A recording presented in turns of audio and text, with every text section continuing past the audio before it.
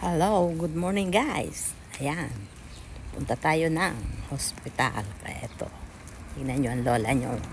Maglalakad na naman. Ayan, dito po yung bahay namin. Ayan, dyan. Ayan, kung gusto nyo pumasyal, pasyal kayo. Welcome po ang lahat sa bahay ng lola nyo. Ayan po, tingnan nyo po yung bulaklak. Ang ganda. Ayan, damo lang po yan. Damo. Ang ganda-ganda, para siyang okra. Ayan o. Diba? Ang ganda niya, diba? Ayan. Tingnan niyo, ang ganda-ganda niya, oh. Diba ba? Mga damo-damo. Mga magagandang damo na bulaklak. Tingnan niyo po, damo lang, diba? Kaya ito, guys, dito na naman tayo. Punta tayo sa ano. Mula sa bahay ko, maglakad po ako ng ano. Mga 10 minutes. Papuntan sa kaya ng bus. Kaya yan guys, lakad-lakad ang lola. Hindi po ba? Ang ano po dito, umulan po kasi kaya medyo maganda yung ng panahon. Hindi mainit. Medyo lang. Kaya ganyan po. Ayan, ganda-ganda. Tignan nyo po yung namin, yung gaganda ng mga halaman dito. Tignan nyo po. Diba?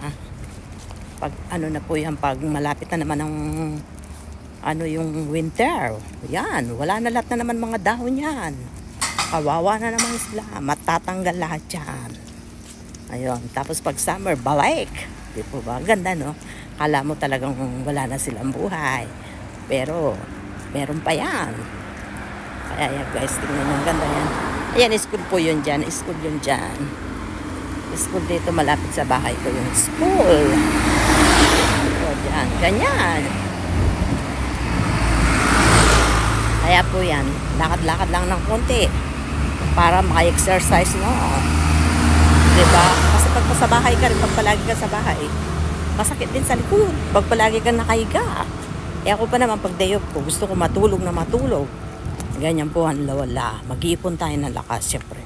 Pag hindi tayo natulog, syempre, kawawa tayo, diba?